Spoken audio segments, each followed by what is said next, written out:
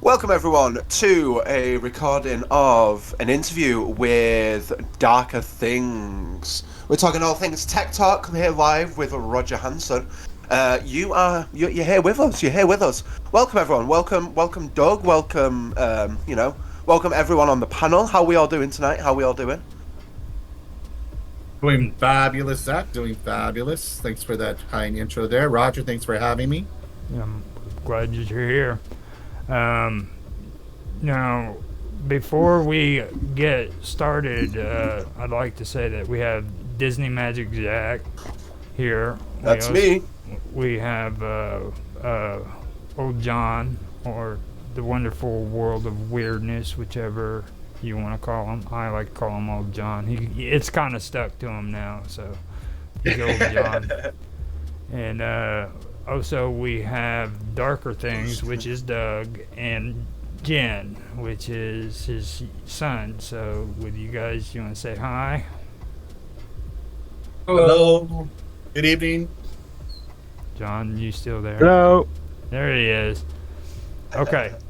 So now, with that being said, I'm going to hand this over to Darker Things, aka Doug, and we will have him give us a little bit of a background on him and his son's work in editing. This is all about tech talk.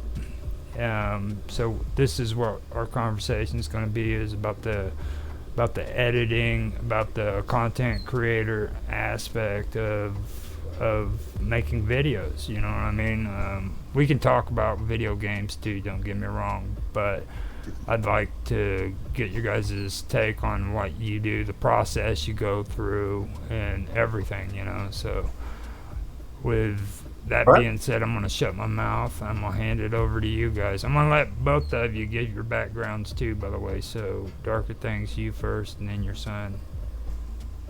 Oh, Okay, great. Look at his face. He just Alright. got stoned. He's like, I've got to say something. No, it's not that. I'm in the background. Yeah. It's normally who I am. Not a quiet person. Okay, go So, Darker Things, Doug, 52 years young. Um, and if Jack in many trades, a master of probably maybe one, which was theater arts, performing. Did that since fourth grade. Was actually selected as one of 50 high school students to go to Ashland, Oregon Shakespeare Seminar, which is a regional theater in Ashland, Oregon. We pick high school juniors every year. I was one of 50 in the United States selected to go study professionally with somebody there. That was kind of cool. And that was kind of what I thought my direction my life was going to take. But life happens, and mom got sick with some Alzheimer's and some dementia. I'm the youngest of 7 kids. I opted to take care of my mother. Met my son's mom while I was doing tech work, networking, computer networking, and never got back to doing community theater or professional theater or anything like that.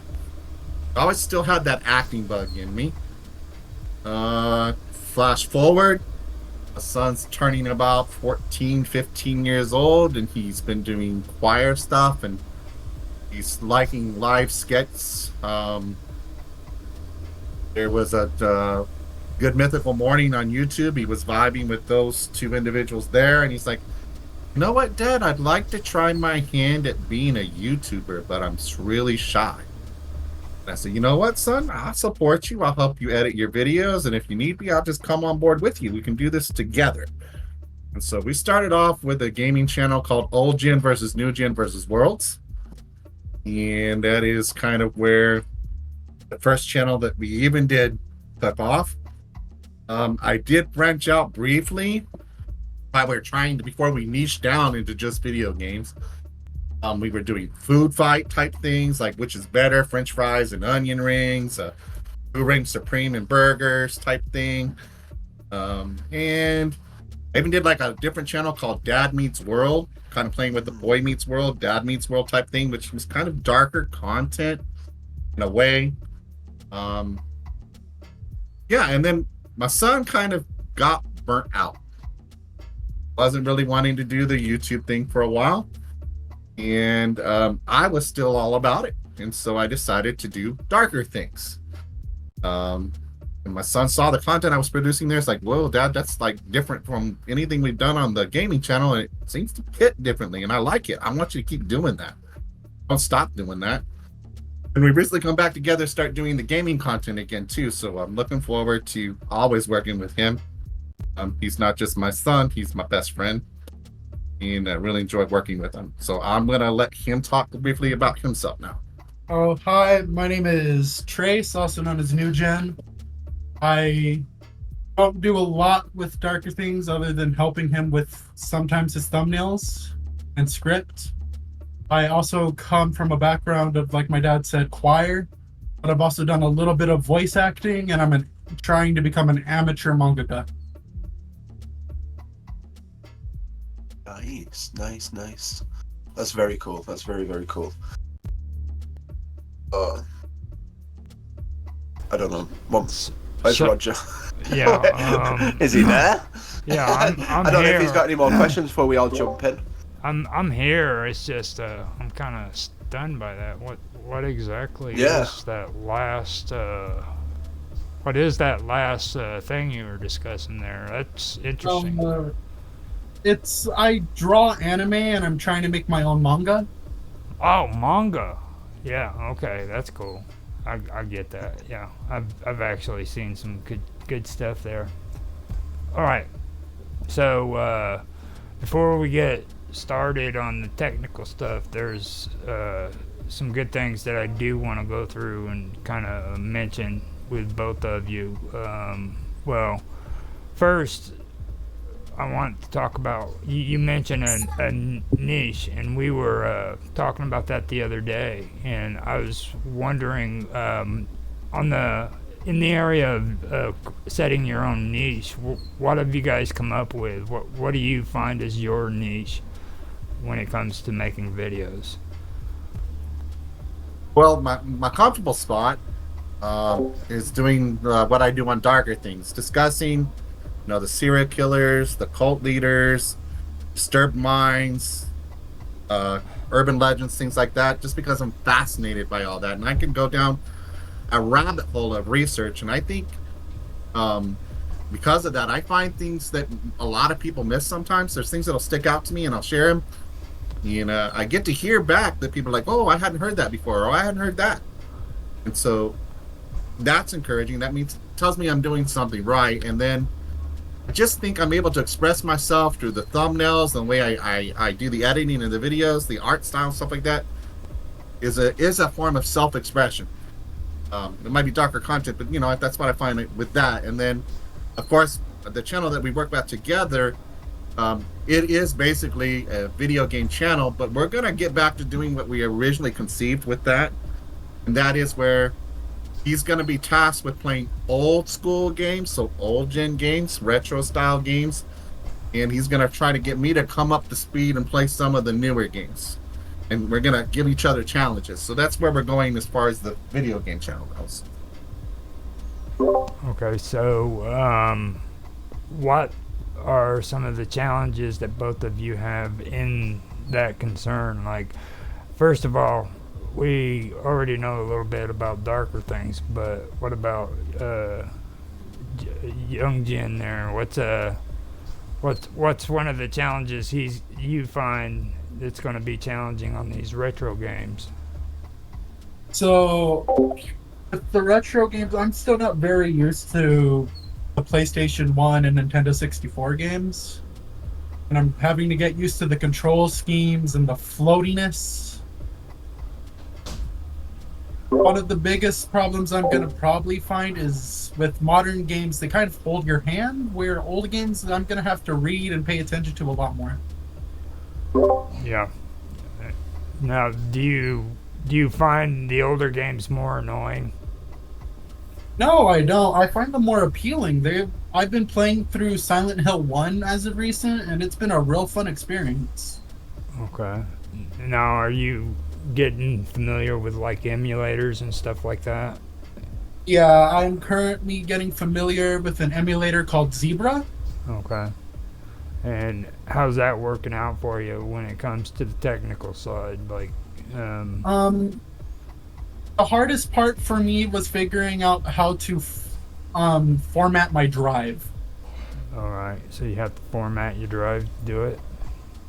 Yeah, I had to format a drive and get files for a BIOS Okay. and set it up completely. Yeah. I had to do that with Xbox. It's a Zemos, and I ended up having to go to the Xbox website and get one of their BIOS and everything like that. So did that work out good for you? Was it like a challenge for you, or?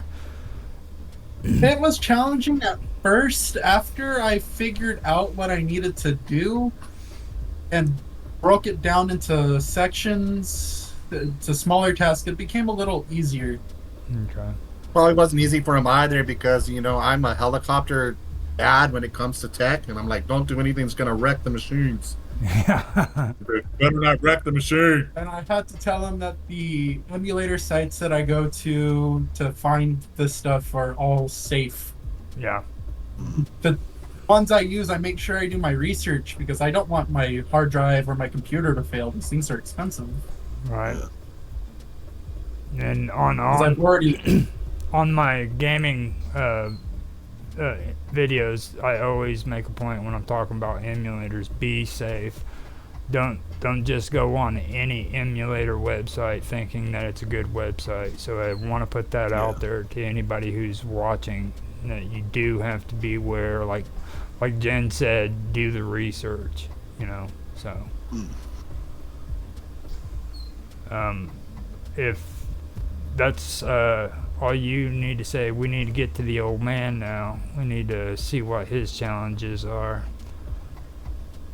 Well, a lot of my challenges are my videos when they're finished usually look pretty polished, but to be honest, I'm a noob.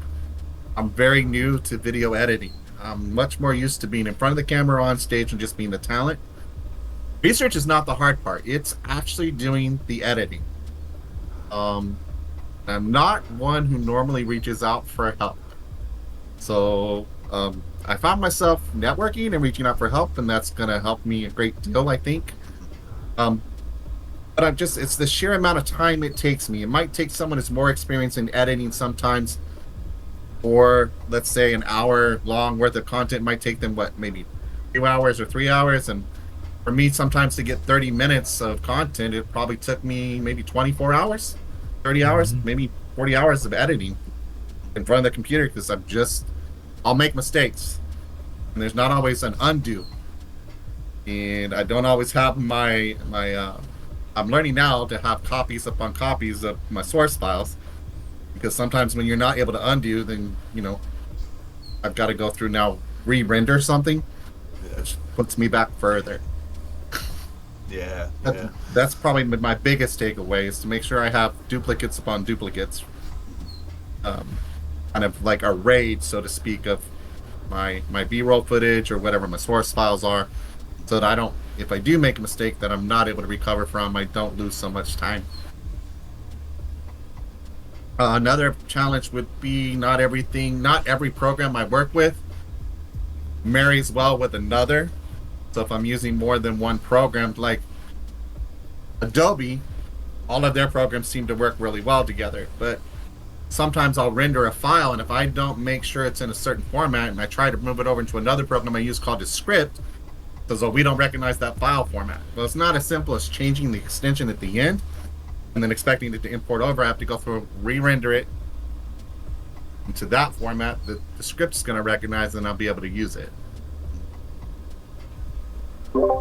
Now, just so I can clarify it with the rest of these guys, the panel's open. If you guys want to make comments or ask questions, feel free to. So, starting to feel lonely here. No, I mean Doug's the star of the show, man. I do have a couple of questions in regards to editing and things like that.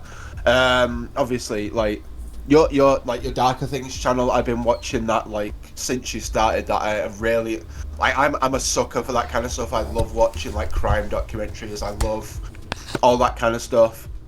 A couple of questions for me in terms of editing. Obviously, I know you use something called Descript. I've seen that through. You sent me being a creative consultant on your recent video, which I appreciate. I've never seen that program before. How does that work?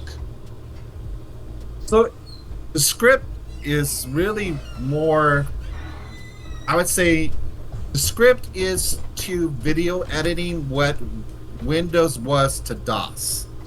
It's more plug and play. What you see is what you get. So it's more intuitive also. Now, at risk of offending some people, I think Apple, in many ways, when it first came out with its phone, its platforms, its apps, and everything's the phone was much more intuitive than the Android. You had to be kind of tech savvy to use the Android, not so tech savvy to use the Apple. Things were just kind of intuitive. You could figure it out. Yeah, that's really kind of the script is kind of simplifying the process. Okay. And you can see everything on your timeline. You're not having to do like edit this, edit that, like all these little tiny edits and layers and stuff. There's still layers involved, but it just kind of uncomplicates things. Oh, okay. Cool. One of the features I find that helps me in Descript, it's kind of a cheat, in that it is kind of AI, but it's not, I think, in the realm of overuse of AI. I'm good at memorizing things, but at the same time, if I'm writing something, researching something, and trying to get something to produce fast, the way I'm kind of overcoming one of the hurdles is I don't have to memorize right now so much. I can read what looks like a teleprompter, and like, for instance, if I'm off, my eyes are not tracking 100%. There's something indescribable which make it look like my eyes are never losing contact with the screen. It's fascinating. It's amazing. That's so cool. I love it. Oh my gosh, so I need that. If you've already seen my videos, you can't tell that I've looked away. Yeah, wow, that's so cool. I love that. That's so cool. And it's one of the little features called eye contact. You just apply it to the section of video you want, and it does it for you. Nice. So I use DaVinci Resolve. I use that to edit. And like you say, that's to be fair, that is I had to teach myself. I started with something very, very simple, called Shotcut, I think it was called, like way back when I started. And I was like, right, I researched, like, it wasn't challenging me enough. It was very, very simple editing. It wouldn't let me do as much as I wanted to do. I was like, right, I need something to push myself, to push the editing, I want layers on layers on layers of like videos. If you see in the video where there's like 3 of me here on this sofa, that's 3 separate videos, like shrunk together to make it look like I'm having a conversation with myself. It was insanely cool, but that video took me like a week to edit. I couldn't have done that on like the Shotcut like editing server or whatever it was. So I looked at DaVinci, and it's essentially just a free version of Adobe Premiere or like Final Cut, and it's that same level of like quality that a lot of I did a bit of research on it before I did it. A lot of like movie producers use that, and editors that work on like TV shows and movies and things like use DaVinci, and I can see why, because it's so powerful. Like it's a great tool. But yeah, like like I said at the beginning of this stream, like I hated editing to begin with. I just couldn't be bothered with it. But I've learned to love it. There is another thing, the way that you do your artwork on like your B-roll and things like that. Is that an overlay? Is it an art? Because it looks like it's been drawn. It's very cool. So, it's a process. I use Photoshop to my advantage. Okay. With that. But I also use After Effects. So it's a combination using After Effects. You apply an overlay on After Effects on the video, and then you import it into a clip into Photoshop. And then I'm able to go through a process of really kind of converting the entire video into what's a smart object, so that the entire video, that little clip of whatever it is I'm using Yeah. gets impacted by whatever change I'm making. That was actually one of my challenges at first, because before I discovered that I had to convert it to a smart object, I was having to go frame by frame to apply the event. No. And it was so time consuming. Yeah, And I was like, there's gotta be an easier way for me to get the same result. yeah. And then there was a program I was looking at, and I was like, but that doesn't have the same art style. That's not got the same vibe. Yeah. I get this accomplished. This looks like a knockoff. I don't like it. Yeah. And then my friend's like, well, when you're trying to do something in a picture, sometimes you have to convert the picture to a smart object so that There you go. so that it's impacting not the rest. It's like, why don't you convert it and try? So I tried it, and I was like, oh wow. So as long as I take whatever clip it is, I convert that to a smart object, no matter what I do to the photo, it's gonna, or the video clip, it's gonna make it across the entire clip. So that saved me eons of time. I bet, yeah. That's so cool. I love that. I love that art style. It just reminds me of kind of like, it looks like it's been drawn. It just adds so much like to it. It's just very, very cool. I love the way. And do you use do you write the script yourself, or do you use AI generated, or? I'm not a big fan of having AI do all the work for me. As a matter of fact, I feel like if I have AI write the script, it's not my voice, it's not my personality. Yeah. So what I might use it for AI for is to help me with an outline. Yeah. And then I use that outline and I go and do my research, and then I write my script. But I don't use it to write my script for me. Now, I agree with that. You brought that up in a previous interview that we did, and I wanted to kind of discuss that with you and let you kind of elaborate on your feelings towards AI. But as well as you, I'd like to hear from your son what his thoughts are about AI too. So both of you. Let's let him chime in first, because he'll be quiet if we don't have him talk. With AI, I come from the side of it with art. As I draw it, I see AI with art as not a good thing. It's taking over a field where we're going to be losing work. Yeah. Because AI is taking our images and copying them and learning our art styles. Yeah. And it makes it hard. On the flip side with that though, like there has to be artists. The AI works strictly from search engines and coding and all that kind of stuff. People need to be creative in order for it to continue to work. So if there's no artistry, there's no imagination, the AI has got nothing to copy from. You know what I mean? Like, it should.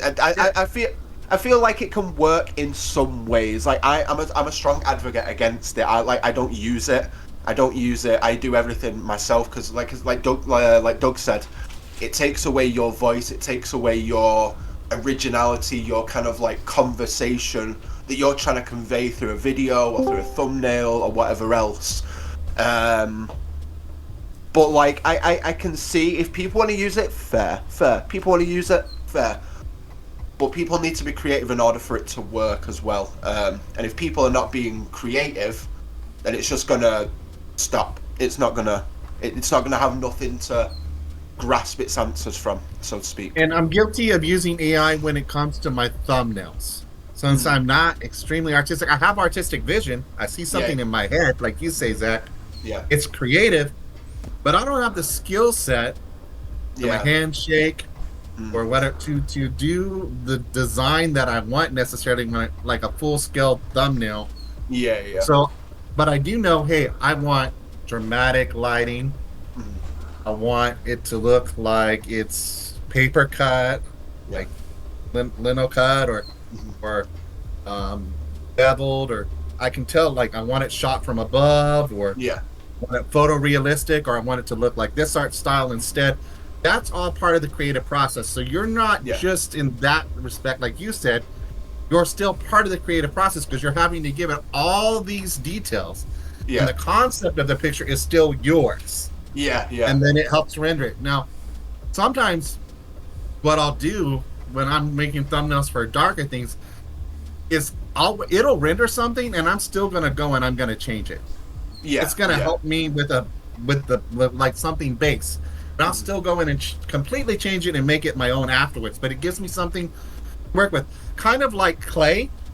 Yeah, know? yeah, yeah, You're given the clay, and it's someone has some kind of mold, and you come in and you're kind of trimming things off and putting the fine detail.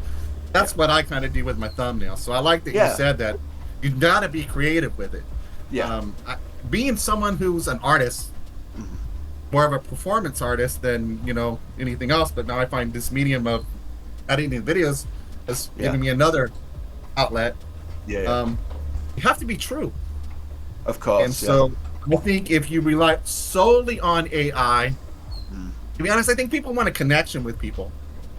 yeah, of course. And Yeah. people, if you come across non-genuine or like you're just reading from a script and there's no passion or no personality, people aren't going to connect with that. Exactly. And that's yeah. people are going to tune out. So I wouldn't want to do that, Yeah, of course. Yeah, yeah, of course. Yeah. Yeah, use it for my outlines, help with my thumbnails. And one thing I have used it for in a couple videos is virtual set. All right. So yeah, like I had a David Koresh video where I was, it was a virtual like library. There was a bookcase in the back of me. yeah. I had a picture of David Koresh and Nice. timeline type thing. That, you know what I mean? But other than that, I haven't really used a whole lot of AI, except for, like I said, the whole eye contact thing in the script. That's a form of AI. Yeah, yeah. And again, that's not taken away from creativity, or I think that's just kind of a cute little cheat. It helps me read. Yeah. Yeah. Yeah. No, I get that. Yeah. I mean, I personally I don't use it, but like you say, I can see people getting the ideas, like you say, getting the outlines and then making it your own. If you've got the, like you say, you've got to put the ideas in to get it out. But Yeah, even with Right. even with my outlines, I say, help me create an outline covering yeah, John Wayne Gacy. yeah, Focus on his childhood, his estranged relationship with his father, feeling like he proved himself to his father all the time. yeah, And his mother being an enabler, and his trouble with the law as a child or early Yeah. teenage. And I'm giving it lots of details to help me research. oh yeah, 100%. Kind of doing the outline too, but it's better if I do it that way, and then it puts it in a linear form for me. Yeah, Because I'll be yeah. like off into the races. I kind of have ADHD when it comes to things. So if I don't have a linear path, I'll be like, well, Yeah. John Wayne Gacy, and I told him don't talk about his child, and then I jump all the way to his injections. Like, well, wait a minute, where was the middle? Yeah, 100%. Fallen's just said a script can help clear up your thoughts for sure. If you don't believe what you were saying, other people can read that.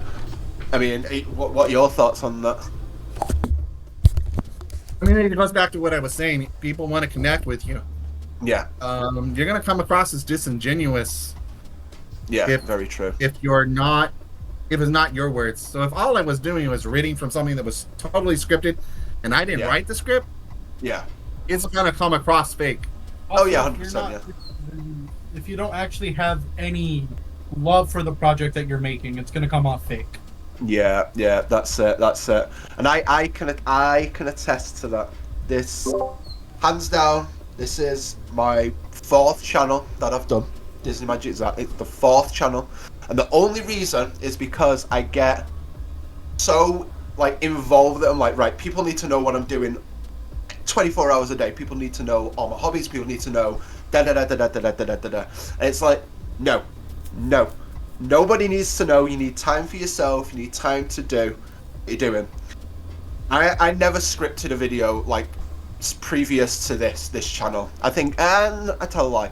I think I did it twice on my original channel, and you could tell I was reading from a script because I was looking at the screen. I was like, ugh. But now, you can still tell I'm reading from a script a little bit. I'm getting a little bit better with it, but I make the script, I outline it, the passion is there because obviously I'm a huge Disney fan. Like I could talk about Disney for hours and hours and hours, and it's clearly obvious. I have a podcast with over 16 hours worth of videos, including the videos as well. Like probably like over 100 hours of content there, maybe, and more. Roger's streams that I've been on previously, most of them have always come somewhat circled to Disney with like stuff like that. But like you've got to be interested in what you're doing. If you're just doing it for the sake of it, like they always say YouTube is a hobby and it's a passion. If you want to do it, you've got to have that passion. You've got to have that that gumption to do it. And if you're just doing it for the sake of it, if you're just doing it for fuck it, I'm gonna start YouTube just because I'm bored, people are gonna see that. Yeah. Like if you've not got the motivation or the determination to, if you're doing it for money, like I feel like a lot of people, not like a few people that I've spoken to in the past are like, why are you doing YouTube? They were like, oh, I want to make money from it. I'm like, that's not the reason why you start it.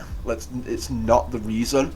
Like you start it because you're passionate about it. Yeah, like you're passionate about gaming. You're passionate about talking about like some of the most disturbed minds in history.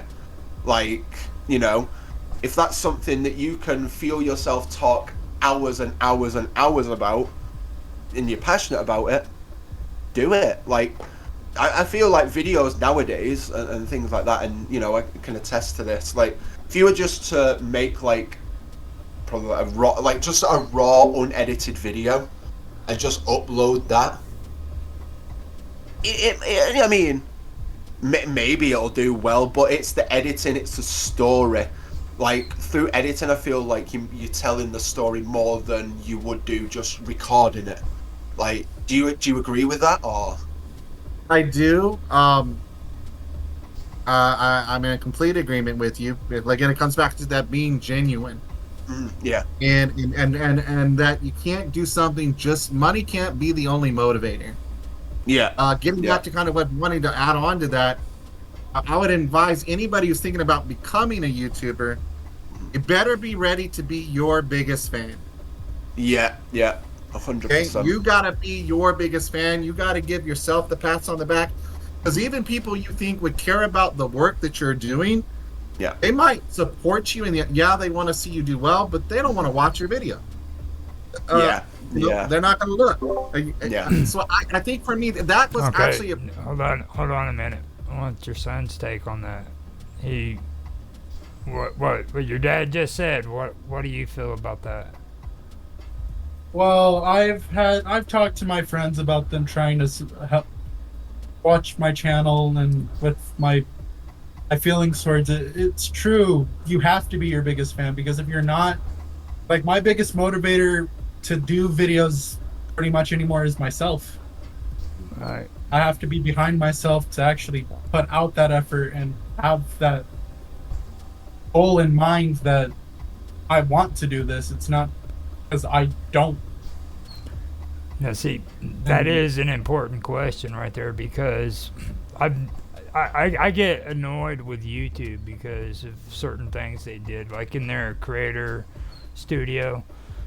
Whenever they would come out with the best way to freaking do a YouTube channel, they would always suggest, oh, go to your friends, get your family, and and it doesn't work. It does not work. It's that is the worst advice anybody could ever tell you. You know what I mean? And it might have worked years ago, like when PewDiePie, Jacksepticeye, Markiplier, when they were all starting up 10 plus years ago. But nowadays, even though it's more well known, like I tell people at work, like, yeah, they're like, what are you doing for the weekend? Oh, I'm recording an episode of my podcast. I was like, oh, you do a podcast? I was like, yeah, feel free to check it out. People are like, yeah, send me the link. They never check it out. They don't, because they're like, oh, we'll send that moral support in a sense. We're like, oh, that's cool, fair enough. I'm going out doing whatever I'm doing. I'm like, yeah, fair dues, you do you. I'm going to do this. It gets, even my mum, bless her. I love her to bits. She's like my best friend. But even she doesn't watch my videos unless I physically put them on. Like, and she's probably as big as a Disney fan as me. I'm like, I mean, granted, she likes her own stuff, fair enough. She doesn't really watch YouTube, but like, unless I physically turn the video on and be like, oh, this is my new video, or oh, I think you'll like this video, do you want to watch it? She's like, yeah, I'll watch it. I've got to physically turn it on. She won't, like, watch it on her own back, but like, fair enough. I've always said I don't expect people to watch my videos. Like, I've always said that. Like, I like you say, you've got to be your biggest fan. And, you know, like, I don't know. I'll turn it back to you guys. I don't know. I don't know where I'm going. No, I do. But yeah, have you've got to be your comments. biggest fan. Like, you've got to be, because at the end of the day, you've got to push yourself to do it. And if you don't enjoy it, don't do it. That's one of the reasons why I took a break for a few months, was because I wasn't enjoying it. It was making me depressed. It was making me feel anxious. It was making me feel like had to do it just Burnout. because. Yeah, burnt out, just 100% burnt out, and it was like, man. And it was getting to, like, obviously on that channel I was playing golf and things like that. I was like, I'm not getting out playing golf as often. I'm not, you know, I don't know what to do for Disney content. Like, I'm stuck, really, kinda like- really stuck. I Yeah. followed you on that journey, so it kind of like from when Zach does things, like Zach's not doing anything. I don't Yeah, see Zach. yeah. Where's Zach? Yeah, exactly. Zach was doing nothing. Zach Or Zach- was. Zach didn't look like he was having fun when he drove that ball. So I totally, Yeah, you know, yeah, exactly, exactly. But Now, that's the thing. Like, Fallen has some comments that he wants to share with you guys too. So, awesome. I love to hear from Paul. Fallen says a script can help to clear up thoughts for sure, but if you don't believe what you're saying, other people can read that. And then he goes on to say, I don't know. Communication brought us together. We are friends, and I think that is part of the reason, at least, why I have as many views as I have. Communication is a big factor. I don't talk to a lot of people, but the ones who actually view my stuff make it worth the while, because it is what I am up to. It is what I am doing. So you seem to be generally interested. So yeah. I would have to say I am. I believe wholeheartedly, and I have expressed this on multiple forums. I think it's just kind of the way I was raised. If I'm friends with somebody, as long as what they're doing isn't harming somebody, it's legal, and they're passionate about something, I genuinely want to see everybody succeed. I want to see them happy. And that goes even with, YouTube. I have got a whole new set of friends that I've networked with, I'm bonded with, I would say over the last 3 or 4 years, really since I've been on the platform, that I didn't have previously. And they have been more to champion my success on the platform than people offline. And that's encouraging. And I try to be that same individual. I try to lend support via watch time, or I'll say, hey, do you want help with, I can help you with thumbnails or mock-ups or virtual set, whatever you want. I've got this kind of skill set, and this is what I can help you with. Or I'm willing to watch your video, and if I can see something that needs to be tweaked, I can let you know. So there's a sounding board sometimes. I know I've provided watch time to a great number of people. And sometimes it might not even be a subject that I'm particularly interested in. I got one friend, he does like these gardening, like he calls himself, and I love him to death as a person, but he like cactuses and plants that don't require a lot of water, and he like drops water and paints on them and stuff like that. It's visually appealing, but that's not my passion, but it's his, and he wants his channel to get monetized, right? So I'm going to watch my friend Robert's video because I want to see him succeed. And it's, I try to do anything I can to help anybody out. yeah, And I get help as well, and it's a wonderful community. When you get that sense that someone, look, I'm going to appreciate anybody who takes time out of their day, out of what they're doing to contribute to something that I'm doing. That's priceless to me. You don't get time back. Yeah. And so I'd have to say there are people right now in this forum that we're talking about that have encouraged me, have done things for me. My intro would not be what it is right now if it weren't for Roger. Roger helped me a great deal with that. I conceived it. I didn't have the skill set to bring it about. Yeah. And he helped me with that, you know, and it's just things like that. And I get people who watch my videos religiously, Colin being one of them, Doc, you being one of them. So, Yeah. you know, I think that's important. So, yes, you start off being your own best friend, right? Your biggest fan. And then you build community. Yeah. Because I will say one thing, having you guys help us with our channels and the little ways you guys do, even with the comments, it helps. It makes it to where we want to produce more content and continue going. Yeah. Because Yeah. without it, it's kind of hard. Yeah, yeah, I can agree with that because like you're saying that was one of my issues. Like when I did my old channels, that does things. Oh, Golfer Gone Disney, now defunct. It was a case of no. It felt like nobody was watching the video, and this was way before like pandemic. This was way before like 2020. This was like pre-pandemic, pre-everything. This was like 2018, 2019, I think. And it was just like nobody was watching the videos at all. And it was like, I put in this work in, why am I even bothering? Like, what's the point? Like, you need that to succeed. You need that connection. You need that. Like Doug says, I've met some amazing people.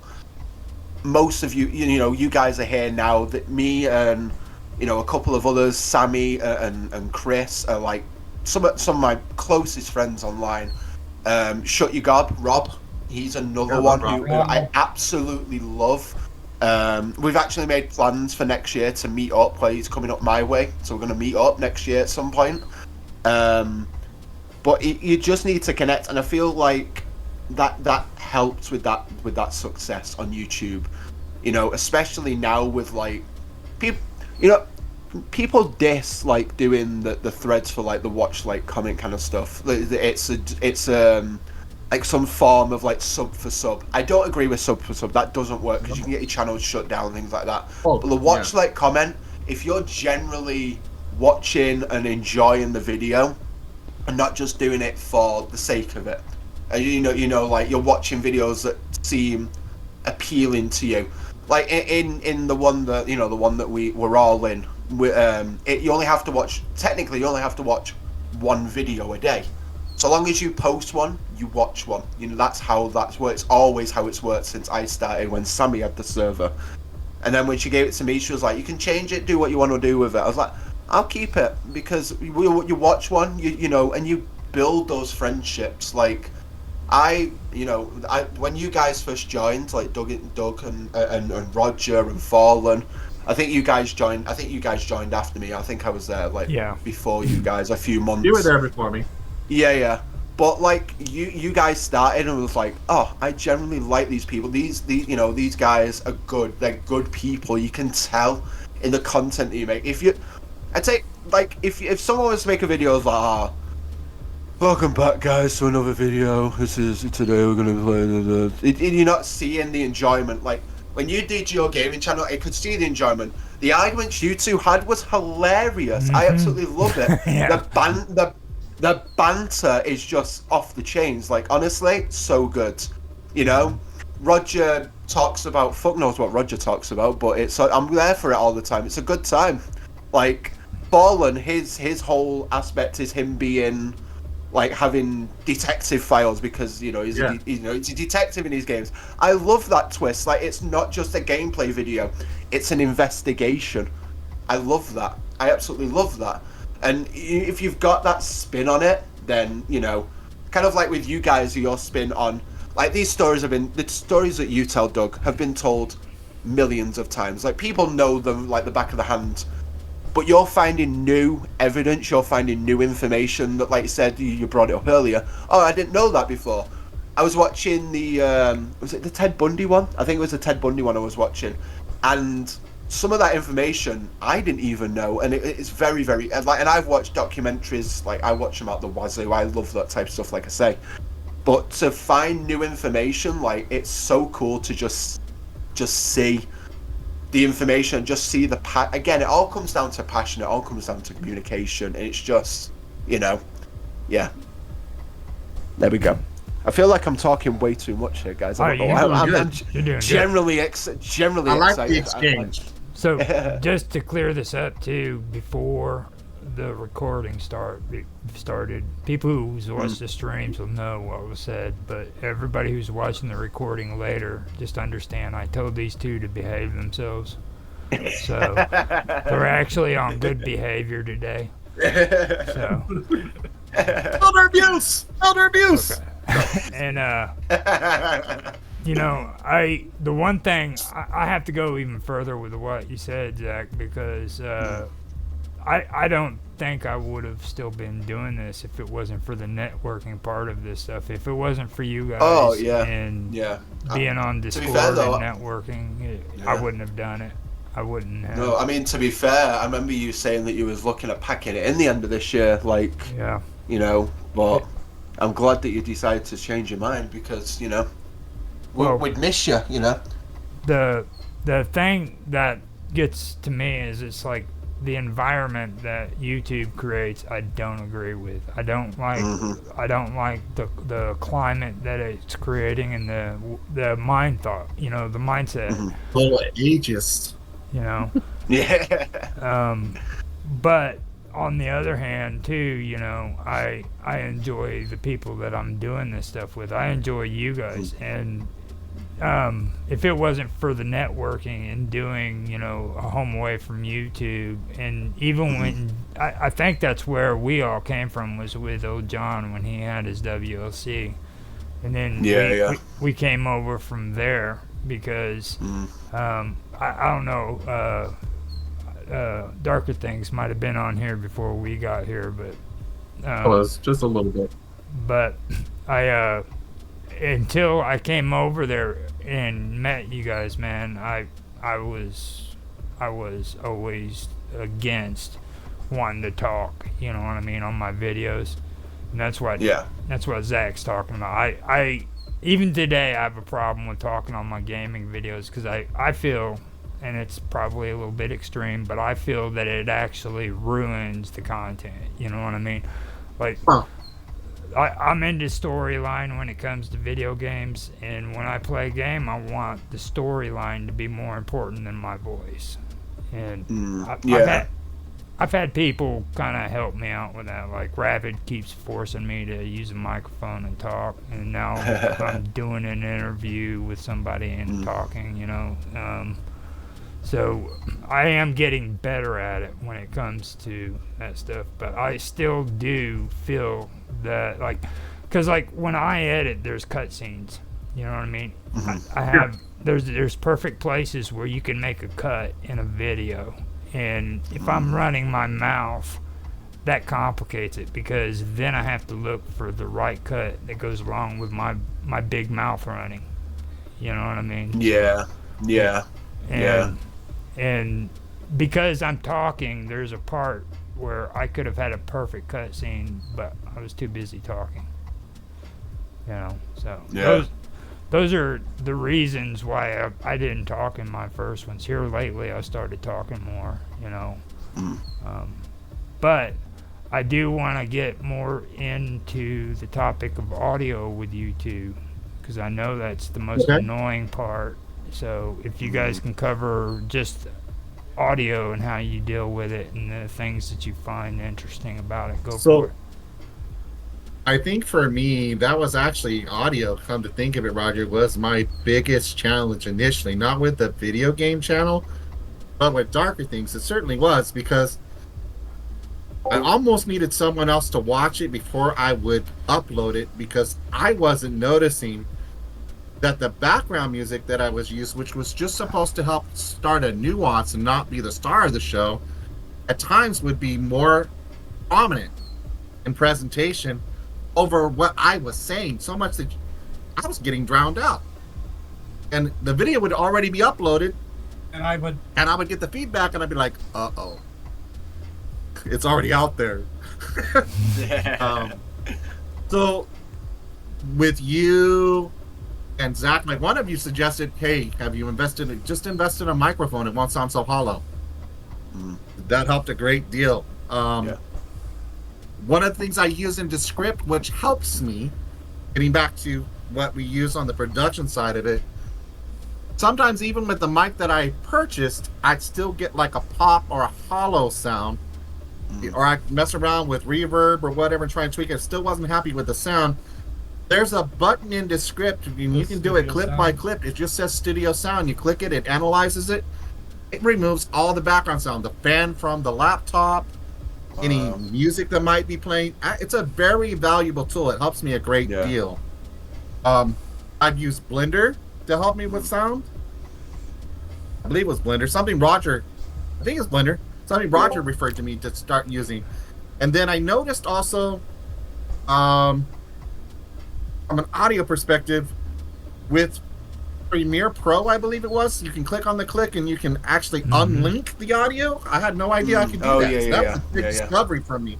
Yeah. I could unlink the audio so that anything I did with the audio was independent from the video. That was huge for me. Yeah. And then I could do audio gain up or lower if I put it into smaller segments. But I used to treat it just the video as one big piece of footage, and then I'd go in and dice it, and try to make sense of it that way. And I changed my approach. Yeah. Now I get the footage, but I go in and I make dice, and I'm treating each piece of footage as the star while I'm working on it. Audio, I do completely separate now, pretty much, except for my narration. Like when I'm adding a sound effect, I'm looking for that sound effect. I'm overlaying it just to that segment. Yeah. And it might take me a little longer, but I'm finding far better results from that because then I hear it in real time. I'm like, oh yes, that works. I can still hear myself, and the sound effect is there, but it's not the star. Yeah. I learned to make things set a nuance with sound as opposed to it being overbearing. And getting back to something you said, Roger, because we talk a lot in our video game channel when we're streaming. But it's our banter, kind of pain and panic. I kind of think about ourselves. But we do also try to stop long enough when there's a monologue or a dialogue or an intro. We do our best not to talk over those moments, because when we're playing video games, yes, we recognize our playthrough is part of what people are going to come from, but the game is also the star of the show. We're kind of we're players in the storyline, and I think that's the way we approach it, don't you? That's the way we approach it. But with my problems with audio is at first, like he said, I was doing audio and the video game all as one track. I wasn't able to do as much sound editing as I wanted to. So I had to kind of force myself to learn how to separate the audio tracks. So if I wanted to add in a sound effect somewhere in the middle of the video, I could. Yeah. It was a huge problem for me because editing in general, I get overwhelmed looking at it. Yeah, it is overwhelming. It really is. And this is one approach that, obviously, going back to the way you guys do it. I use DaVinci, like I said, and Adobe is kind of like Adobe's very similar to DaVinci and how it works. The way you can split the audio. So with videos that I do, I have my microphone separate, which records through my laptop. I have my camera separate, which is my phone. I use my phone for a camera, and then I've got to sync it up, and that's a pain in the ass as well. Like that's a tough. Like there's a couple of videos that are mine that are no one will notice it unless I say it. My Sky High video is like 1 second out of frame with the audio and the video. I'm like, fuck, it's so annoying. But because I did it, I'd have to redo the video all again. And going back into editing a little bit and audio stuff. I don't know if I'm just weird with the way I do it, but I edit the video. I split it all up. I edit it, do it all, and then I render it, and then I add my sound effects and my my effects for that. Do you do that the same way, or do you do it all in one go? No, that's exactly what I'm saying, Zach, is that I originally did it all in one go. Yeah, yeah, yeah. And I was wondering why I wasn't getting the results I wanted. And it's because Yeah. I didn't have layers, you know? I Yeah. I didn't know how to separate sound, how to unlink things for things. I have Yeah, no yeah. idea how to do that. I'd be like, well, gosh, I want to add this effect right here. Yeah. How do I do that, though? It's all one sound now. Yeah, Um, yeah. And I find I would, even when I was successful finding the right sound effect, I would try to add it after doing everything in one fell yeah. sweep, right? And I couldn't even hear the sound effect. Yeah, yeah. You can't hear it, no matter how much I try to turn up to make it louder. I still can't hear it. It's muddled. Yeah. It's like it might as well not even be there. Oh Yeah. well, let's get it to the presses because I give myself a deadline, Yeah, and I'm like one of those people who's like, well, I said I was gonna publish the video on this time, yeah. and I don't care if it's Yeah, imperfection or not. Let's get it out there. yeah, yeah. With Darker Things because I like what he's doing with this channel. It's become a really good thing for him. Yeah. And one of his video series on it, he was producing quite fast, and I said, if you produce a little bit slower, spend some more time on it, Yeah. do the editing you truthfully want to do with it. If it takes you 2 weeks to produce an episode, let it take 2 weeks so it's perfect. Oh yeah, yeah, yeah. 100%. Yeah. Absolutely. Now, it's- Fallen has some more comments, so Oh my nose. let me read this for you. It says, hold up, let me make sure I'm starting out. Okay, he says, way for sure, love Darker Things channel. I feel like I could certainly replace all the TV murder mystery shows with it for sure. What other cases do you plan on covering in season 2, if you can answer? You sound and look great, Doug, in case audio was a concern. And then he goes on to say, editing is rough, partially why I like to update raw videos, but with the type of videos you do, it doesn't have a choice a lot of the time. I salute you for sure. You are doing an amazing job with your editing. So, he had a question appreciate- in there. Yeah. So season 2, whether I've technically announced it or not, it's subtle.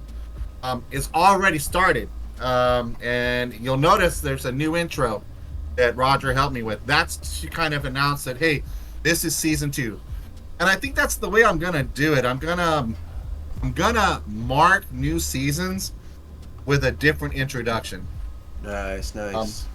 and it kind of you'll get a hint of who the primaries are going to be, and there's still going to be like digest versions. How I kind of played around with that with like Timothy McVeigh, I just kind of gave him a little blurb. And if I do a digest version, maybe one season I can actually do a full-on deep dive on an individual. So, Dahmer was meant to be quote unquote part of season 1. I'm sorry, season 2. He's supposed to be the start of season 2. It kind of been a kind of a bridge between 1 and 2, so to speak. It's the way that kind of turned out. But I don't mind. If you've noticed, there's a spinning cube in the new intro that Roger was an integral part. That's his baby, where you see the face of Dahmer, and you should see the face of Marshall Applewhite, Lizzie Borden, and Eileen Wuornos. So those are definitely people who are coming out in season 2. Nice. And I think I was inspired by Zach to look outside the United States, and it may not be someone he referenced for me, but I believe I'm going to do something on the Cray twins. Oh, nice. So I'm going to probably cover the Cray twins. Ronnie there and in Reggie the- Cray. Oh, Yeah. they were some sick fuckers, man. They were crazy. Oh, No, They were so good. Nice. That's kind of the direction I'm going. So I think those are all I'm going to cover pretty much for the second season. In season 3, I think I haven't given the ladies a lot of attention. Just Eileen Wuornos and Lizzie Borden. I'm going to be looking at like Susan Smith, Jodi Arias, and other compelling Candy, but I can't remember her last name. just concentrate on some kind of like a snapped darker things style. Yeah. For season 3. And I'm definitely looking, guys. Anytime you notice, I'll say, hey, if you want to hear someone cover, you want a story represented, give me that suggestion, because I'd love to go down that deep rabbit hole for you. Be your guy to bring you that story to life. 100%. Now, 100%. On the lore and everything, now Zach might know this story too because he's over there in England, but I keep forgetting his name, but it was, what was it? Something Hills Jack, where... Jack the Ripper?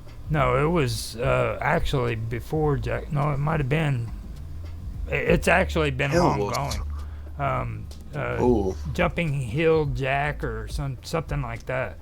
It was supposed to have been a mysterious phantom kind of guy who could literally jump from rooftop to rooftop and vanish without a trace. In England. Oh, interesting. I've never heard of that one. Yeah. I've never seen. I've never heard that one. I'm going to have to look into that.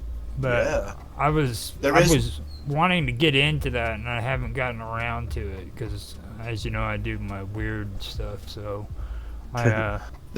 There is one that is very, very close to me. Literally, where it all happened is literally, oh gosh, about 40 minutes from me, and there was some messed up people. And the main one, Myra Hindley. She was she was very weird. She was a very, very dark. It was like kind of like a Bonnie and Clyde kind of situation. There was two. There was a male, female. And there's been, even to this day, not all of the bodies have been found where they were buried. Like, even this day. And that must have been about, at least 50 years ago. Maybe even a bit less, a bit more. I think it was like late 60s, early 70s I think they got caught like late 70s, but even to this day, like, not all of the bodies have been found of all the kids that they kidnapped and everything. Crazy. That's 40 minutes away from me. That's mad. That crazy. got some We good have something information. in Texas of the whole myth with Halloween and the poison candy. In Texas, we actually had a woman, and I think it was in Houston, for about 4 years was killing kids on Halloween night by giving them poison candy and razor blades. Wow, that's crazy. That could have been how it started, being honest. If Yeah. And then getting back to, like, I think I saw Fallen say something on there briefly. Am I open to suggestions? yeah. Absolutely open suggestions. I kind of thrive on that sort of thing because I want to build community. I don't want it just to be about only what I'm interested in, because I'm going to get exposed to another story I might not even know about based on something you suggest. So absolutely open to that. And one of the things we're talking about doing, but we're not in a position to do just yet, and it's probably going to be during season 4, is we're actually going to go to some of these places. Yo, sick. So that we can explore the darker things. We've got the Black Swan Inn right here in San Antonio. Wow, That's supposed to be haunted. Wow. Robert E. Lee. We got something down at Robert E. Lee. There's the lore here, urban legend, that I did a little digest version of on the Donkey Lady, where we're talking about actually going out to the bridge where this Donkey Lady's supposed to be with a horn to summon her, to see if we can actually summon it and experience it firsthand. And Oh my gosh. we plan on doing that, but like a live stream. That'd be cool. Ooh, fancy. Yeah. That'd So be that's real another cool. thing we're playing around with. So, We love that. Zach mentioned Jack the Ripper. Okay. Are you planning to do something concerning Jack the Ripper? I don't think I would be able to call myself someone who does deep dives on disturbed personalities if I didn't cover Jack the Ripper. Yeah. Yeah. Yeah. One of the things I- I'm going to say in my coverage of that, because I've already been kind of working on that, been working on an Amityville thing as well. But when it comes to Nice. Jack the Ripper, we always presume because the name given to the criminal was Jack, but it could have been a female. Jack. I think Jack the Ripper was a female. I actually. So that's I think- kind of my take on it. Yeah, and that's I think gonna it's- be the angle I go. I'm gonna try to see. Are we missing something because of the name Jack and the Yeah. Jack the Ripper?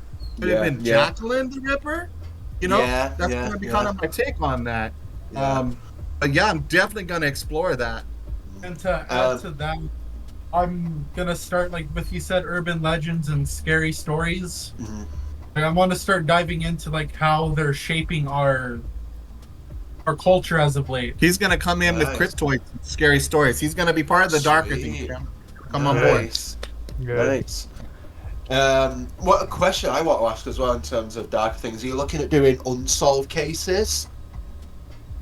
Absolutely unsolved Yeah. cases. Because Lizzie Borden was actually kind of my first stab at quote unquote an unsolved case, because you can't say she was guilty if she was acquitted. Yeah. Right? Yeah. So there's evidence there, or the begs to question. I mean, how solid? I think I mentioned it in the video, but I may not have touched on it as strongly as I probably should in watching it back. But there's evidence there that suggests that their maternal uncle, John Morse, could have been the guy.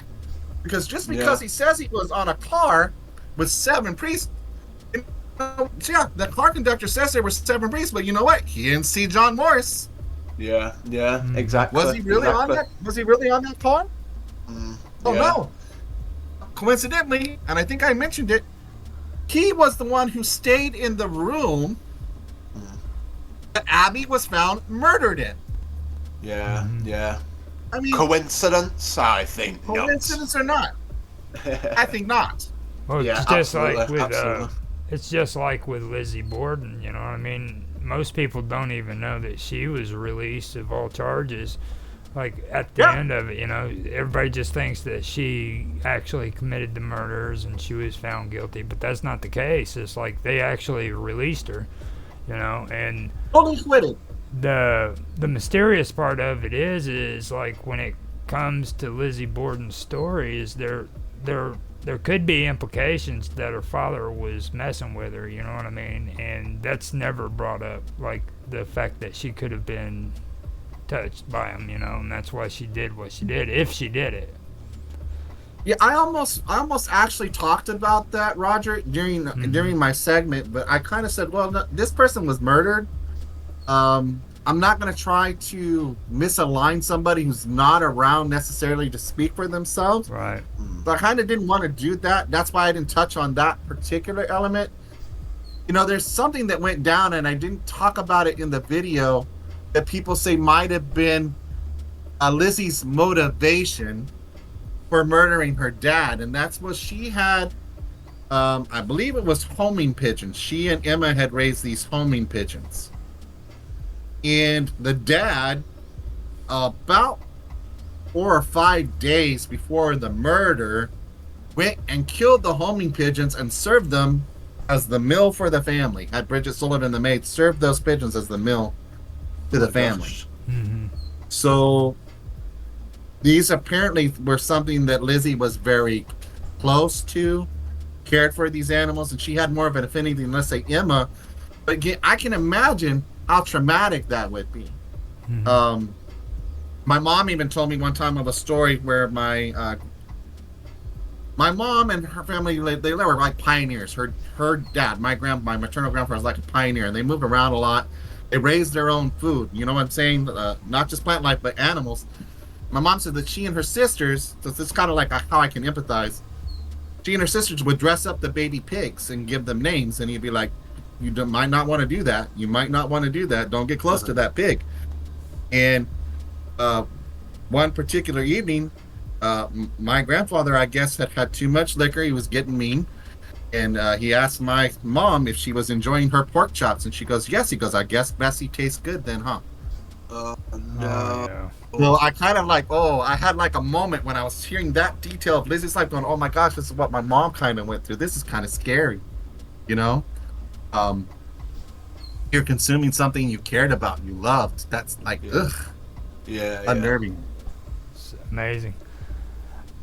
Now, what we need to hear a little bit more from Young Jen over there. So, what's your take on all that stuff? What we were just discussing. So with the whole, like I said, I'm gonna start diving into the cryptids and lore side of that, like the Flatwoods monster, Mm-hmm. and of course, like some of the like the whole thing with Slenderman and how there was the court case Yeah. about the two girls who tried to attempt to kill their friend. I want to get into some of that too, explaining how are these scary stories affecting the minds of our people today. Exactly. Now, see, that's a good topic because I've tried to stay away from Slender Man because I know that it's just an urban legend. You know what I mean? That was pretty much an internet creation, but I really think that would It be started off as a short story. right. And I really think where you're going there is a good idea too, because that's something that does need to be discussed. That murder case, I've actually read up on it and stuff, and like a lot of people don't know about that. They're not even aware of it. So I like that. Now, what's your favorite cryptid? My favorite cryptid is got to be the Jersey Devil. Jersey Devil. All right. What interests you the most about them?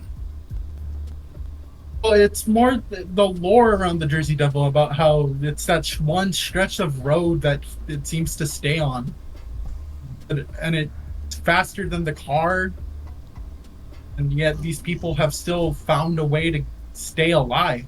And the description of the creature. So after that, what's your take on the Wendigo?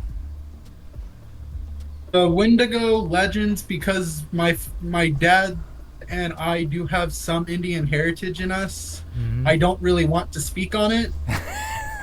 It has to do with the faith part of the Indian culture.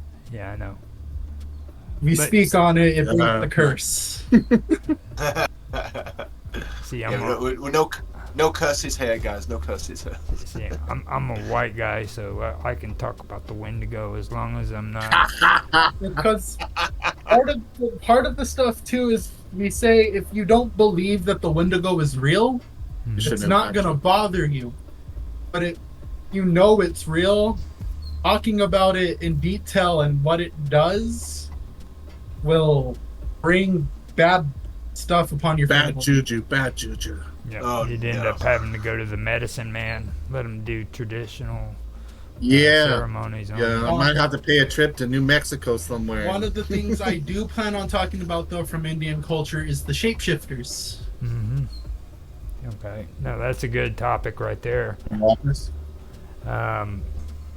Now, I did a stream here recently on the Dogmen. Now, what do you believe about the Dogmen? I haven't heard much about that yet. Okay, It's something new to my ears.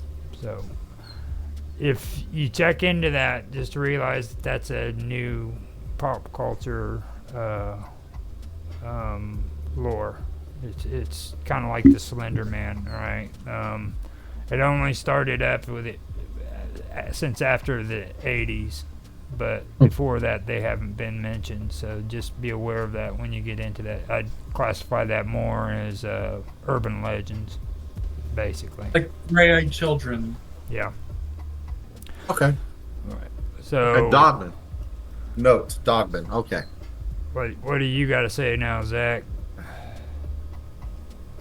I don't know, man. I mean, classic ones is like Bigfoot and Chupacabra. That's one that's always fascinating. Chupacabra me a right little here in bit. Texas, Well, baby. we've Yeah. had chupacabra sightings in Texas. Yeah, Yeah. that's what I mean. Like that's always one that's kind of like fascinating me. Loch Ness monster is a big one over here. Good old Nessie, good old Nessie. I mean, I don't know. Like, obviously, I don't think I can't think of many that are kind of like English cryptids apart from Nessie. So I don't really have experience in the topic, but like, obviously, Bigfoot's a big one. You've got the Chupacabra. You've got obviously you got Slender Man. I know of them, but like I've never dived into them. So, but it'd be exciting to see the stories. It'd be exciting to hear some of the things that you've got planned for that, man. I'm looking forward to that. Like I'm all for learning like new stuff. I'm a sucker for learning, so I'm looking forward to that. Sounds good. Now, Fallen wants to know, what about the skinwalkers? Those are popular these days. So Definitely gonna cover skin. I will cover skinwalkers with both sides of skinwalkers, because there's the Native American belief of skinwalkers and there's the Mexican belief of skinwalkers. Oh, interesting. That'd be good. That will be good. Skinwalkers is probably gonna be us working together. Yeah. So it'll be him telling some stories, and then us actually, or me actually doing the narrative, and then him telling stories. Because if I could ever Nice. get out to Nevada to go to Skinwalker Ranch to get some B-roll footage for the video, I would love to do it. Yeah, that's awesome. I think we're gonna also cover, because it's again right here in Texas. How many of you have heard of La Llorona? A weeping woman. Oh yeah. I've heard of Okay. La Llorona. Yeah. We're gonna cover that. We might have to go down to the Rio Grande Valley and be near the river. And I have a personal story with that one. Oh, I interesting. wasn't even aware of that. I know. I can't wait to Yeah, nice. We love that. That's awesome, man. That's awesome. And So, how are you? When are you planning on starting this? Or when are you looking I'm at? starting to work on the first script. It's gonna take me a while because I want to make sure it's at the same quality that my dad's putting out. Yeah. That makes Because I sense. want Yeah. to make sure it's perfect. Yeah, 100%. My stuff is not perfect. It's far from perfect. Well, I mean, as close to perfect as I can get it. Yeah. No, that makes sense. Yeah. Like, if you put like we said throughout this recording, this interview, this stream, it is it's that passion. If you want, if you're, it looks like you're very interested in it. So I'm looking forward to watching them and learning about it. So. The scary myths, urban legends, that stuff. Yeah, I've man. been interested in that stuff since I was a little kid. Yeah, that's it. that's yeah. where the passion I- should be. Oh yeah, 100%. I'm the same, but like, do not get me watching horror movies. I won't watch horror movies, but give me a crime documentary in the week. I'll sleep like a baby. I I wouldn't want to be one necessarily to put people to sleep, but yeah. No, that's not what I mean. Hey, that's what these Hey, podcasts don't- are good for. Doug, it's that sensuous voice, baby. It just sends me to sleep.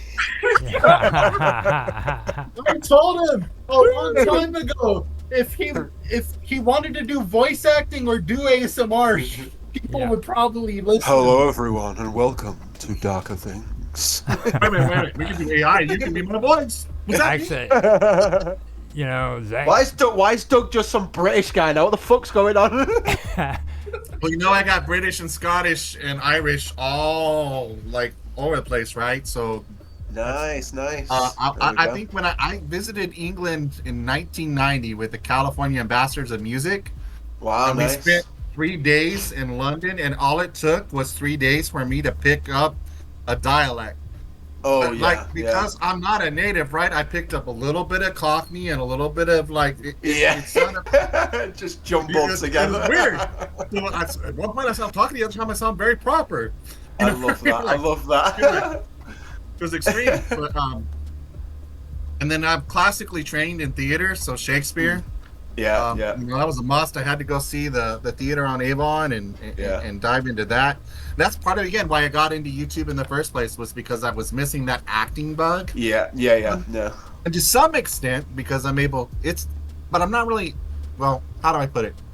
You're told to become the best actor that you can be as a performer, you have to bring yourself to the role. Mm-hmm. And that's hard for some people to conceive or to get a concept of, right? Because well, I wouldn't do. No, you wouldn't do that. But try to put yourself in a scenario where you would. Yeah, 100%. Conceive that for a moment. What would drive you to do that, and then that's how you bring it to. So Yeah. it kind of does it for me, but then Roger was talking to me about something before we started the stream about acting, right? And how when he first came across me, I was on Old John's channel. Old John's a hero of mine. I was geeking out that he was here. I miss seeing the guy. Been catching up with some of his videos here recently. But yeah, he said he saw me acting, you know, and Nice. I like to do monologues. So I was doing monologues from Shakespeare, I think, when Roger first kind of stumbled up on me. That was kind of like, we weren't niched down. That was all on what was supposed to be old gen versus new gen. And we were doing the food fight things. But the kind of how Darker Things, the whole point of Darker Things came about because we did, and Zach, I think you were around for that. I think you saw the videos. You were one of the people who was impressed with that one. We did a video on Midget Mansion. Oh, yeah. Right? Which was in our neighborhood. And the Yeah. home had burned down. And there was the war about the midget house. And Yeah. servants were all midgets. Or not midgets. Servants were regular sized people, but they were forced to live in the midget servants' quarters and all that. And do you know that to date, even though we kind of jumped from that channel, that became the most popular video on our gaming channel. Oh, wow. Yeah. Out of all the videos we recorded, that's the one who still gets views, and the others aren't even getting views anymore. They have to slide for real quick while the algorithm's pushing them, and then we don't see views anymore. But this one, that is still getting views. There's something to that. My son, New Gen, was like, you might want to explore that some more, Dad, because you were really good at that. Yeah. I studied YouTube a lot because I've been on YouTube since the second generation of YouTubers. So I've got to study the differences, and I know that I'm that video going up and it's continuing to get views even today.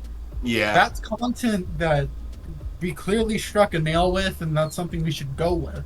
Oh yeah, 100%. That's kind of how it got birthed, right? He was already on the burnout with the video games, and he saw that video. It's like, seriously, Dad, that's the video that's got the most views ever. I'm kind of burnt out. I need to take a break. Why don't you just start a channel doing that stuff for a while? We'll get back to the games. I'm like, you know what? I have to honor you where you're at, son. I don't want to.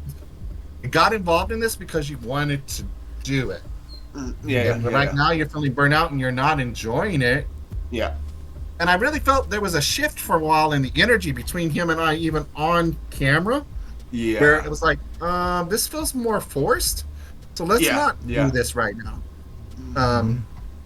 And we were having fun the other day with just like trying to figure out. We were like, hey, what do you want us to play as? And that's kind of what I'm trying to do now is I'm trying to engage no matter what I'm doing. Just like Fawn said, I'm trying to engage my community. Do you think Lizzie Borden was guilty or not? Do you have a suggestion for us? What do you want us to cover? We want to know. You know? Yeah, of course. I'm about building community. I really am. Right. Of course. And you know, and the tech side of things, I struggle the most, and it's like getting back to the sound. Sound. Audio is my biggest struggle. Because I'll think, even on this last video, the Lizzie Borden video that I produced, I thought I nailed it. And then I was listening, it's weird. I'm not vain. I don't like to watch myself, but I have to watch videos that I'm producing, and I still wind up watching the finished product, or at least portions of it, so that I can see if it rendered the way I wanted it to look. The finished product was close. But I was listening towards the end, and the music actually swelled, and I still got muddied out. It was a much tinier portion of the video, but it was still there, and I'm like, dang it, I thought I was finally past that. No, it's like going back to like the audio. The thing I struggle with, like you say, is like it is the audio sometimes. Like the background music is so. When I do put it in for like when I do like like the movie reviews that I do and stuff like that, it is the background audio because it's the last thing I put in. It's like it's so hard to like get it right so it's not too loud, but it's still like being able to listen to it, but it's not like overpowering what I'm the whole video kind of like that. and being vain, you get. I hated watching myself back. I was like, oh my god, is that what I sound like? And I was like, Yes. like physically, like when I first started, I was like, nope, that is not good at all. Now I'm just like, yeah, and you'll learn as well. Like coming from someone who's done it for a while and had 4 channels, because I have a short attention span. You just get more comfortable on camera. Like what you see on camera, what you see, like any video is how I am in real life. It's not forced. Like at the beginning, like when I first started, like one of the first ever videos on my Golf Gone Disney channel was like my top 10 favorite Disney characters, and it was just like the most shit quality video in the world. But you've got to start from somewhere, and like you just become more comfortable, you become more confident, because it feels weird talking to yourself on camera. Like it does. Like it is very, very weird. It's, yeah, like you get used to it eventually, and then then you'll have the realization of like, oh yeah, I do talk to myself quite a bit. It's just like, yeah. One of the things that helped me with that, Zach, is I would actually, when I first started doing the Darker Things channel, I said, okay, this is going to sound weird, Trace, right? Yeah. But I want you to stand on the other side of the laptop right now while I'm doing this, and I'm going to talk to you. I'm going to tell the story to you. Yeah. Great deal. Yeah, right? that's a good way to do it, actually. Right now, I guess the other thing I struggle with is finding the balance between I'm both editor, producer, and talent, right? Yeah. I kind of have to find that balance, because that's why I'll bounce them to, hey, Zach, can you take a look at this? Hey, Roger, can you take a look at this? Before this goes to production, I want another set of eyes and ears on this, because I'm going to be biased. Yeah. Right? I've already put forth my best effort. If I'm presenting something to someone to take a look at, I love the critical stuff I get. I love the feedback I'm getting. Like you gave me great. Hey, Doug, I'm not sure if you're aware of this or not, but the only thing I saw, there was a couple spots where it was dead air. Basically, is what you're telling me. There was no sound or lag. And it moved kind of slow. I don't know if that was intentional. Well, it wasn't. I'm so glad you caught it. And I was like, well, what do you mean? I didn't have the ears up, but I went back. Oh, right there. Oh, right there. So getting back to like the tech side of that, again, Descript has helped me with that, right? Yeah. Because what it does, they call it ducking. So you can go through and you can look at the timeline and you can see where's the space between when you last said something and where that dead air is. And Premiere Pro just recently upgraded and is doing that also. So if you're looking through the concert, you can see the gap. And instead of me having to go through and re-edit the video, this is the amazing part of it. With the script, I just highlight that gap. I delete it. It trims it automatically for me. Nice. It's a time saver. Yeah. Now, Fallen said you guys got me excited, so I can tell you guys are ready, almost jealous. And then he goes on to say, I pretend I'm talking to you guys. So you got to kind of watch out there. He's got these woohoo, like talking to himself situations where he's talking to us by himself. So he might like go a little nuts on us. So, but he did say he pretends that he's talking to us guys, and you guys are supportive of each other. I see you guys going far for this. So he says most detectives are crazy. Touche, brother, touche. Yeah, for real. We're all crazy in our own little way, aren't we? Like 100%. But yeah, I get that, because like what Fallen was saying, like where is the comment now? Like you pretend you're talking to you guys. Like I get it. Like when I'm not doing the podcast, I'm physically talking to someone. I try and make the script like a conversation, and like say, it all comes back to the end of the video. Share your thoughts. What do you want to cover? That's where you bring in the community and everything like that. And like I say, communication's key with what we're doing here, and it's just you've got to have that conversation with yourself and be like that back and forth. You've got to do it. Like you've got to get the information across. You've got to share it. whatever the topic is, like, you know, like one of my favorite videos that I did was the story of the Haunted Mansion, which was like, that was a fun video to make. I really enjoyed that one. And another one that I really, really enjoyed was the conspiracy theory one that I just did. Now, granted, that one did not do as well as I thought it'd do, and you know, like I was thinking, oh mate, this'll people will love this, and it's like, no. I mean, fair enough. You know, at the end of the day, it's not about the views. I enjoyed making it. I loved it. I put on the stupid "good evening and welcome," like a proper like cheesy paranormal like TV show that I used to. And the inspiration I got from this, I don't know what it was called. I can't think what it's called, but it was this man that stood in like this dark like room, and he was like, what was it called? Was it like called Paranormal Stories or Unsolved Paranormal or something like that? It was like, "Good evening." That's the one. What the Unsolved Mysteries? It was Roger got it. Yeah. Yes, I used to love that. That guy was like, Robert tonight on Unsolved Mysteries. Yes. Yeah, that was a whole inspiration for that video. I was like, yes. Oh, it was so but yeah. I kind of You've got try to to- bring that there into some of the videos. Like, Oh yeah, 100%. You do. I think initially I was kind of being a goofball with, and I was like, wait a minute, hold up. I asked my son, why am I being a goofball? This is some serious stuff I'm talking about, right? He's like, well, Dad, maybe you're not as comfortable talking about death all the time as you think you are, and it manifests with you being goofy. I was like, yeah, but I gotta rein that in. I can't be goofy like that, because that's gonna set some people off, right? Yeah. And so, No, I think, you know, and we had played with the whole, man, that was challenging, by the way. Like, I think Rogers told me before he hates to mask.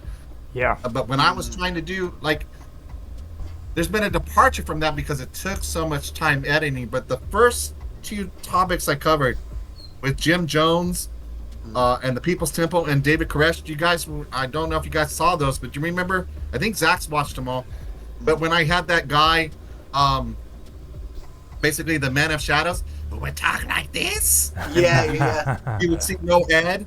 Yeah. You would see the body, right? Yeah. So, not a disembodied head, but a body without a head, so to speak. Yeah. That would take me, let's say, because the power of my computer, now with my new computer that I've been using for editing, that's not necessarily the case. It renders things 10 times faster. Yeah. It would take me like a little 5-minute clip of the, you know, Man of Shadows would wind up taking me like 45 minutes to render out. Yeah. And I'd be like, is it worth it? I don't think so. Zach, I Yeah, have a sometimes. question for you. Mm. So I know you like Disney. How much do you know about the Discovery Island and stuff? Why it closed down and all that? Oh, urban legends, yeah, man. I can talk about that. That was so. Discovery Island was the prequel essentially to Animal Kingdom. It's situated on Bay Lake, which is like a Seven Seas lagoon just outside of Magic Kingdom, Polynesian. You can still see it today; it's still there. And last I heard, there was urban like, I don't know what they called, urban explorers going there as like, oh, it must have been about a month ago. Everything's still there. Everything's still there from like, obviously all the animals have gone and things like that, but all the buildings are there. They're all derelict. All the equipment's still there. It's very, very haunting. These two big YouTubers that made their mark with urban exploring and stuff like that, with like Disney Community. And one of them I still watch this day called Adam the Woo. He used to be a Disney urban explorer. He did his exploring with like Discovery Island. He went backstage to the Utilidors, did all the exploring. He got banned from Disney World for a good few years. I think it was only like 2 or 3 years ago he was actually able to like go back on property. He was actually he did a whole thing before Warner Brothers shut down Warner Brothers Ranch. Yeah, He went on the back lot and showed all the history and arcana that they're gonna destroy, basically. Yeah. I like him to move. I love Adam the Woo. He's one of my favorites. I watch him religiously. I really do. From a technical standpoint, since we talk about tech, right? Mhm. one of the things I try to do is I try to watch people Yeah. and study what I enjoy that they're doing. Oh yeah. I might 100%. not have that skill set, but can I bring something similar with my skill set to the table? Yeah, 100%. 100%. And Adam Wu is actually one of those people that I got inspired by. Oh yeah, Um, editing editing is so simple. You know, the way then- he edits on his iPhone. Right, so he's got to be using something really simple, Yeah, but it's so so effective. yeah. So all he does is he obviously films with he's using camera wise using Canon GX7 Mark II, which is a very decent like vlogging camera. He's been using that for years. I think since it came out, the camera actually camera's good 6-7 years old now, that camera, but it's decent. It's very, very Come good. to think of it, our Midget Mansion video was filmed on an iPhone 8 Plus. Yeah. That footage was taken from an iPhone 8 Plus. That's what I mean. Like you don't need a camera anymore. Like this phone here, my laptop can't run it. It can't like render it, but my phone I record in 4K, and Awesome. I drop it down to 1080 just for editing purposes, just because my Same. laptop is not like strong enough. But yeah, I take inspiration from Adam. Another one that I watch as well is the Tim Tracker for like daily vlogs and stuff. Very, very similar editing styles, very similar like premise. But his wife Jen does all the editing, so it's just very simple. But then if we're talking from a Disney standpoint, like if I'm talking, like I consume a lot of Disney content. I'm a lot, and a lot of it is more documentaries and docu-series, stuff like that. Some of those, like some of the YouTubers that I watch will not upload for like a month, 2 months, and then they come out with this banger of a video that's like an hour, and it's just the most beautiful presented video.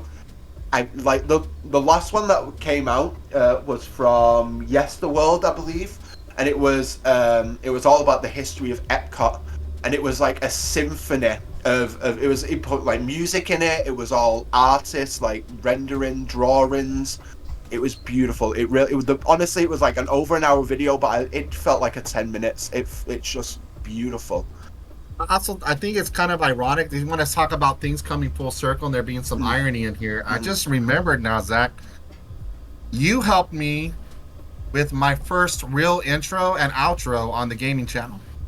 Oh yeah, I did, yeah, and I made the logo for you as well. Yeah. Yeah, And then that, Roger helped me with the intro now on Darker Things. So it's kind of Yeah. like things that come full circle. It's amazing how that works, right? Oh yeah, 100%, Um, 100%. Roger did a better job than me though. I That'll be have better. to I have to say that Fallen also mentioned that you helped out with a thumbnail that for him, his thumbnail. So he did mention that, and he said, "Freaking, you didn't even. I mean, you just did it. You didn't even have to. He didn't have to worry about asking you and stuff." So he did. Oh yeah, I did help him with a picture that he had, and I'm weird that way. Like I think even stuff that's just humorous. Like I recently did something with Zach, and I put him in like kind of like a Disney Prince type armor, and I said, "Hey Zach, what do you think? Does he Yeah. like this?" Mhm. Yeah, that was dope. That. Just for That saved giggles. That you saved know? on my hard drive. Yeah, it saved on my hard And drive. see, that's where I talk about like this networking thing. It's a lot more than just exchanging numbers, exchanging accounts, stuff like that. It's you create Oh, yeah. relationships with one another. You know what I mean? It's like I would do anything for you guys. You know what I'm saying? And I have no problem with doing that. That doesn't Oh, yeah, apply to same, every single YouTuber on the face of the planet, you know, because I don't really distinguish everybody on YouTube the same as what I do everybody that I've networked with on Discord, like you guys. You know what I'm saying? Because you guys, Yeah. I mean, we've got what 3-4 year relationship with one another. You know what I mean? And I've gotten to know you and stuff like that, and you know, I know that might not sound good, but I'm sorry, but it's just the way it is. You know, when you create a bond with people like that, it supersedes getting on YouTube and getting the views and stuff like that. You know, So, Oh, yeah. I would like to say also, I don't think either one of any of my channels in their current incarnations would even exist still today. And he's gone. He had to leave. But I have to say, you want to talk about that shot in the arm? Sometimes when much needed, or someone coming along and saying that what you do has worth, or ask you to take a look at even why you're doing what you're doing. It was old John who kind of kept me in the game when I got burnt out. Just by getting me to examine, he's like, well, Doug, ask yourself why you do what you do. And you go back to the beginning, why you got started doing what you do. What do you enjoy about it? And why would you want to quit? And he's literally telling me, and I was getting all caught up in views. Well, no one's watching what I'm doing. I'm not getting the views I think I should get. And I think I'm producing better content. He's like, I have no argument with that. Some of what you're producing is way better than, a prank video or this or that. He's like, but it takes time. It's the long game, pretty much. I mean, I'm paraphrasing what he told me, but he was that shot in the arm, and he told me, I believe in you. And that was actually on that kind of the Dad Meets World channel, which I haven't really done much with, but he's like, you got something special there. That's a good video.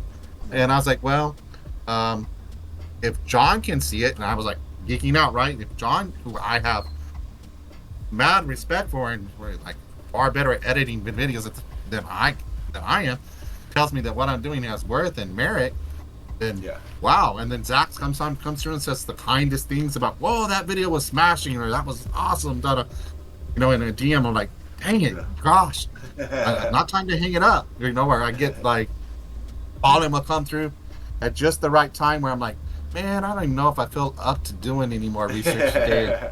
Or I don't feel up to editing a picture right now. And you're like, oh, man, you know what? I'm watching your stuff on repeat, and I'm trying to get all my friends at work to watch your stuff because you're one of my favorite people right now that I'm watching. I'm like, say what?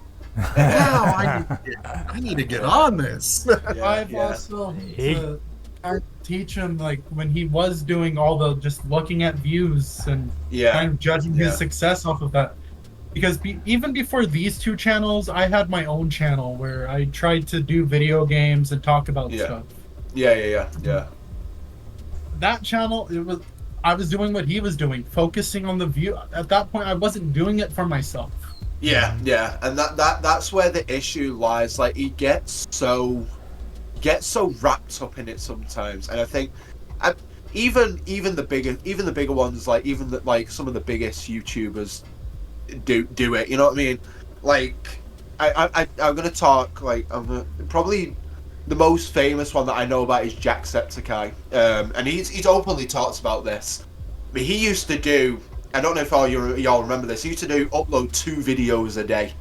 Like, he was, 2 videos a day. That was crazy. And this was from when he was like in a little shed in the middle of nowhere in Ireland, and he was doing 2 videos a day. And he was like, no, I can't do it. It's literally affecting my mental health. I can't do it. I think he took just short of a year off. And he did, he's doing so much better now. He's doing, the content he's producing is a lot better. And if it affects the big ones that are on the platform for 10 plus years, it's gonna affect us. Some days we're just gonna be like, oh, fuck, I can't be bothered. But, we've made this network, we've made these friends, and it's like you say, I get a nice comment from like one of you guys, or from like, oh mate, that video was really, really good, I really enjoyed it.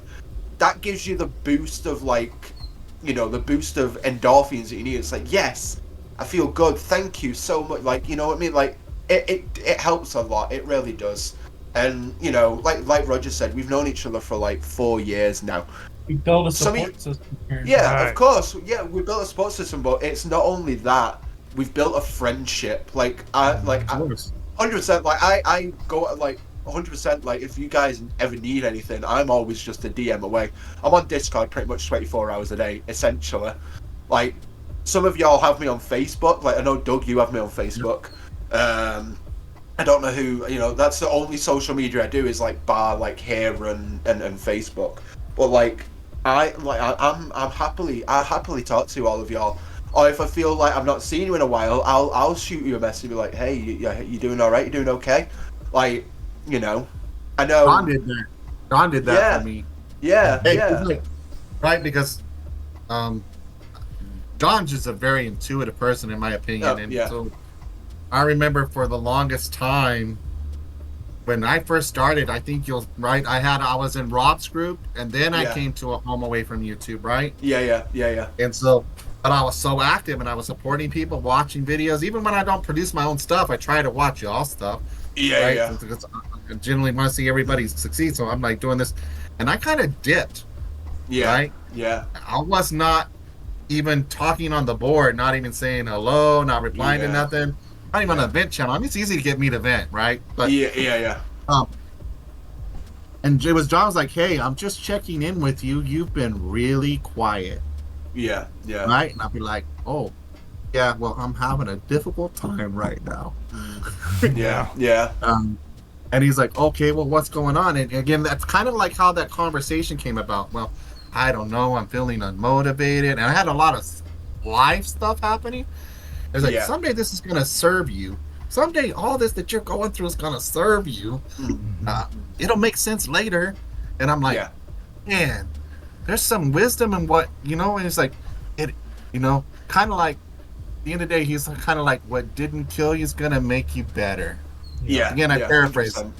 Yeah. But John says a lot sometimes without saying. He says enough, and you connect the dots, and you just know. You know what I mean? Yeah. So yeah.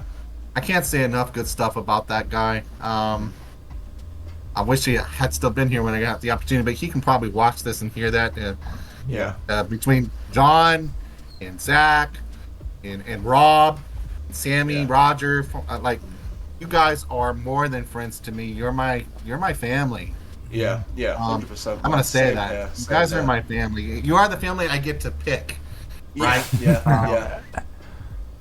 And I kind of say that I've explained that to my son because he talks. I'm the youngest of 7 kids, right? Yeah. But I only talk to maybe 1 or 2 of my siblings. Yeah. And I explained to him. I said, family's actually to your dad, and this kind of because it relates to this creative process.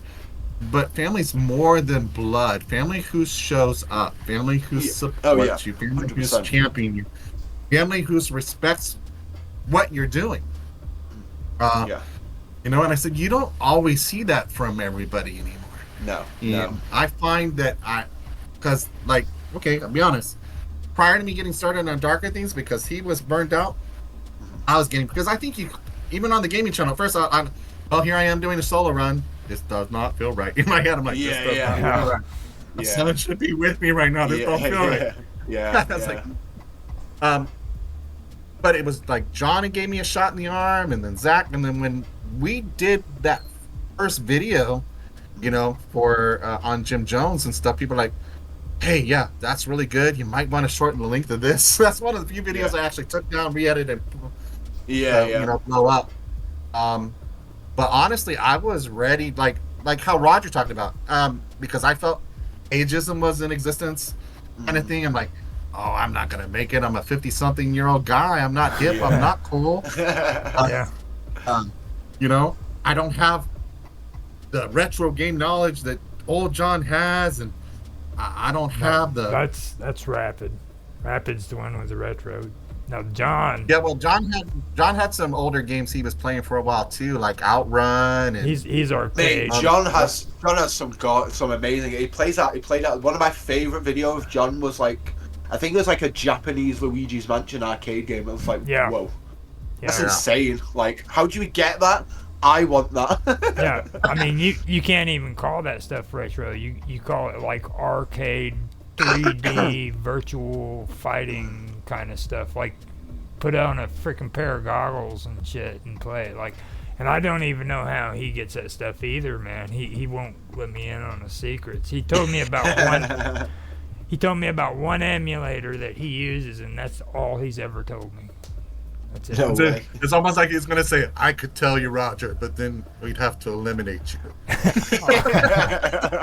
I've got to be careful with him too, because he's one of those guys that gets me in trouble. He is the one that had me play Victor Vran, and I'm gonna tell you right now, that is the that is the most annoying game I've ever played in my life. Victor Vran drove me nuts, but I beat it. But he sent me a link to get the Steam game for it, and I played it. And then after that, he turns around and he gets me hooked on, like, I think so far 5 or 6 different games. Okay, he just, here, try this out. Here, try this out. The next thing you know, I'm like playing all these games, you know, and I'm like, oh my god, dude, this stuff is crazy. So John is an interesting guy, and I what gets me with him that is amazing to me is he doesn't even aware, he's not even aware of how great of a guy he is. You know what I'm saying? Like he has no awareness of all when it comes to that stuff. Like he's been on Minds with me here in the last 2-3 months, and the people that he's influenced with the shows that he's been putting out is just amazing. Like he's actually doing stuff that he enjoys doing, and these people that are flocking around him are just coming from out of the woodworks, you know, and he's not even aware of all that stuff, you know. Like he's affected me, he's affected you, he's affected a lot of people, you know, and he's a really important guy to me. He is. So yeah, 100%. Now, yeah, he's a legend. Is our John? He's great. Now, Fallen. I wouldn't know what here. sports were if it weren't for you, Roger. You and Rapid. Oh yeah.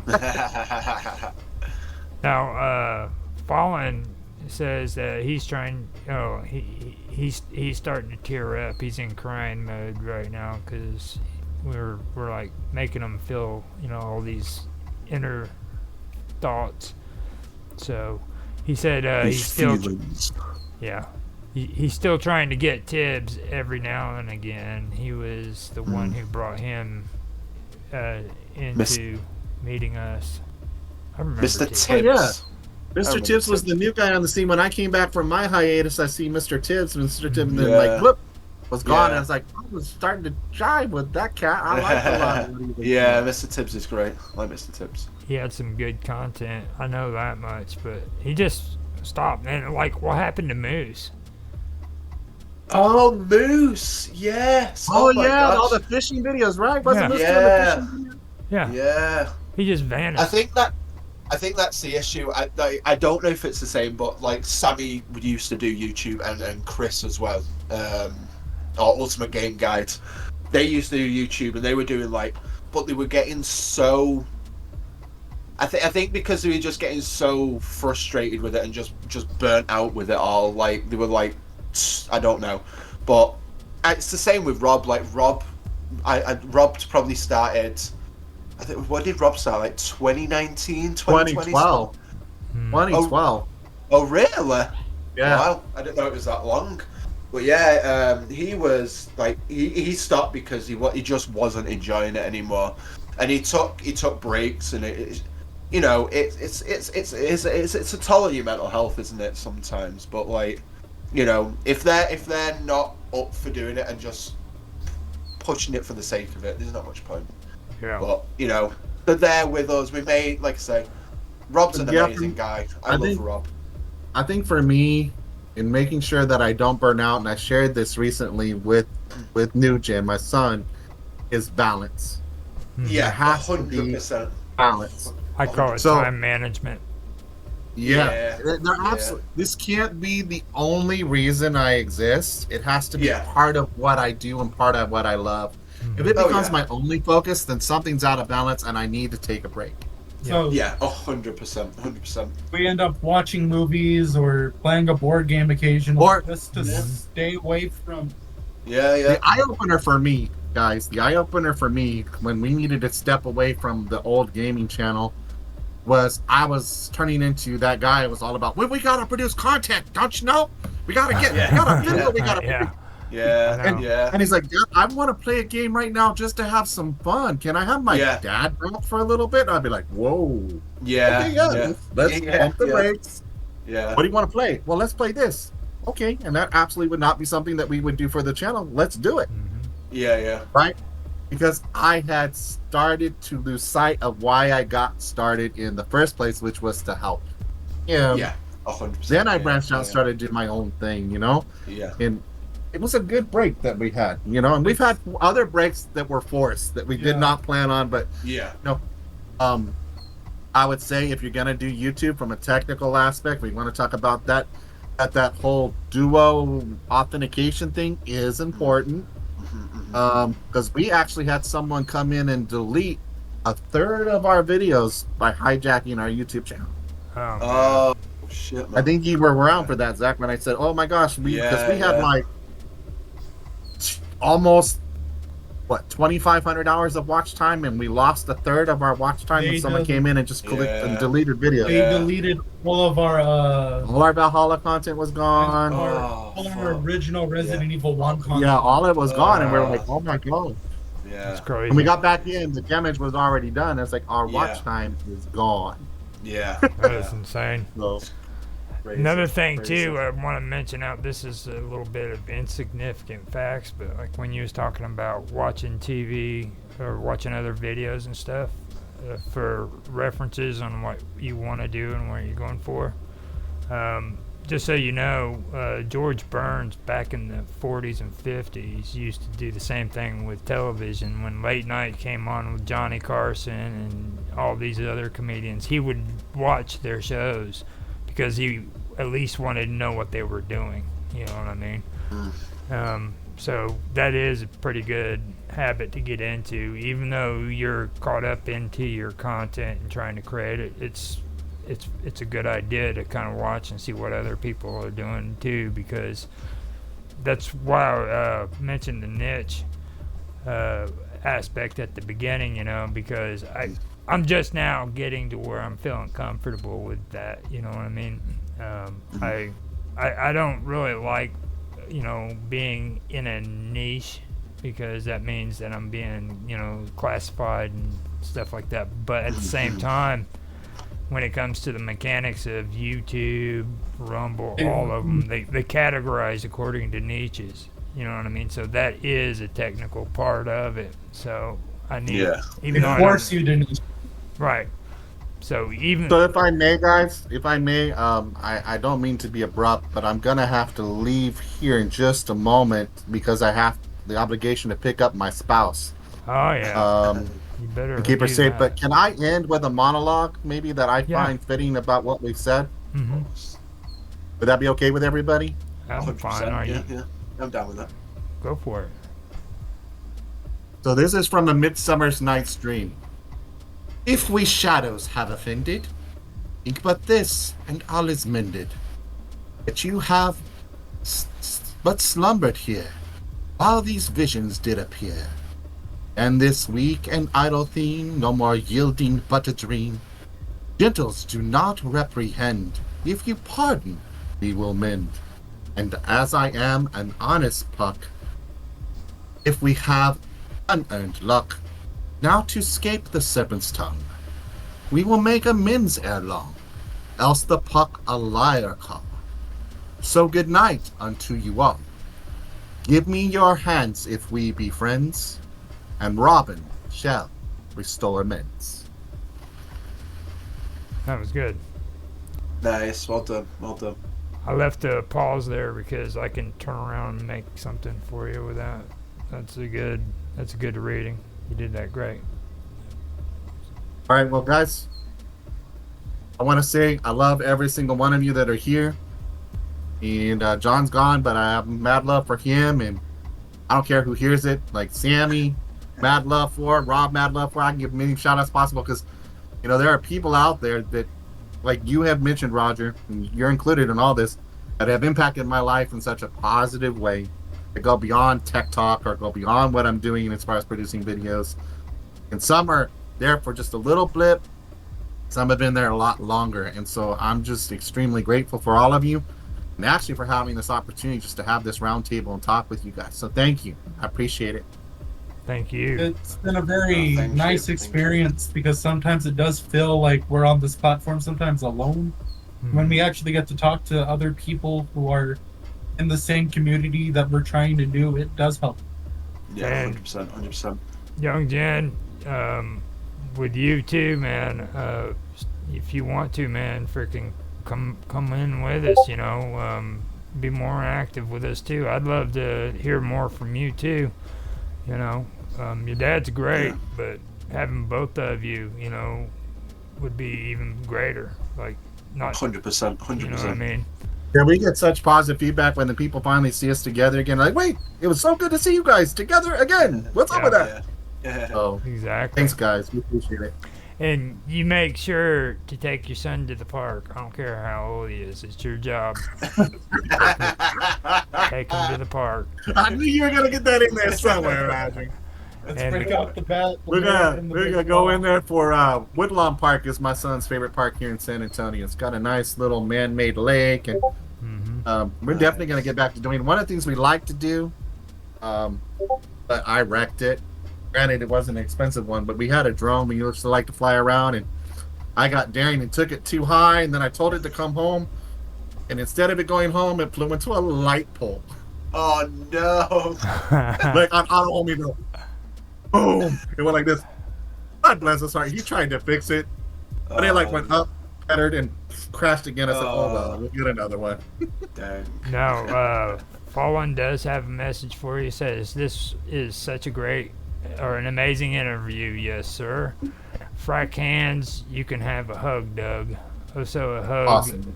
Also a hug for Young Jen. For real. The park is where everyone wants to go to feel free. My girl asks me all the time. So he's got his girl even asking him to take her to the park. So, And that's one of the reasons I changed my intro there, Fallen, because I know your girl, she has seizures. And then you said that the flashiness, you know, at the beginning, you mentioned that your girlfriend has seizures, and I've had seizures. I don't want no one to have a seizure because it's something that I'm doing. You know, I want people to always feel. I mean, granted, I don't want you necessarily to feel safe, but you should feel safe watching the content. So I want to let you know that you were part of the inspiration of making a new intro also, because I don't want there to be barriers between me and what people want to watch. So that's some good feedback there, bro. On that though, I'm gonna have to dip out, guys. Again, I gotta use public transportation and go and get my spouse. But this has been amazing, and I got so much out of it tonight. I want to thank everybody. Okay. yeah, you thank guys you are very welcome much, back guys. on anytime. Anytime. 100%. All right. I look forward to it. All right. Hey, you guys drilled me with some good questions. Okay, so we'll bring this to an end. I want to thank Fallen and Zach for being on the panel. You guys did an excellent job on the questions. I thank Young Jen and Old Jen / Darker Things / Doug as well. You guys did an excellent job on this interview, and I will do like I do with the other ones. I'll send a copy to all of you guys after it's done, okay? So, All right. All right. Look forward to it. all right, I will talk to you later. Bye, Bye, Roger. guys. Looking forward to collabing, Zach. Oh, yeah, 100%. Yeah.